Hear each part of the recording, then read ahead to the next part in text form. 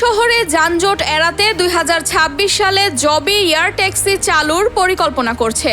সম্প্রতি সংযুক্ত আরব আমিরাতে ক্যালিফোর্নিয়া ভিত্তিক জবি এভিয়েশনের সম্পূর্ণ বৈদ্যুতিক এয়ার ট্যাক্সির প্রথম পরীক্ষামূলক ফ্লাইট সফলভাবে সম্পন্ন হয়েছে। খবরে বলা হয়, ডিএক্সবি বিমানবন্দর থেকে পাম জুমেরাই পর্যন্ত মাত্র 12 মিনিটে যাতায়াত সম্ভব হবে এই এয়ার ট্যাক্সির মাধ্যমে, যেখানে গাড়িতে সময় লাগে প্রায় 45 মিনিট। জবির এই ইভিটল মডেলটি একটানা 160 কিলোমিটার পর্যন্ত উড়তে পারে এবং সর্বোচ্চ গতি ঘন্টায় 320 কিলোমিটার।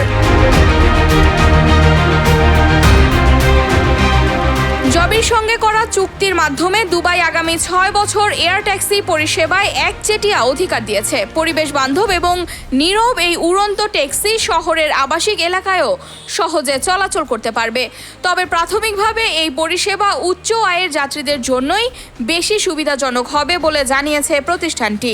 নিয়ন্ত্রণ সংস্থার অনুমোদক ও অবকাঠামো নির্মাণের চ্যালেঞ্জ এখনও রয়েছে। Mehjabin Khanam, news 21 news desk.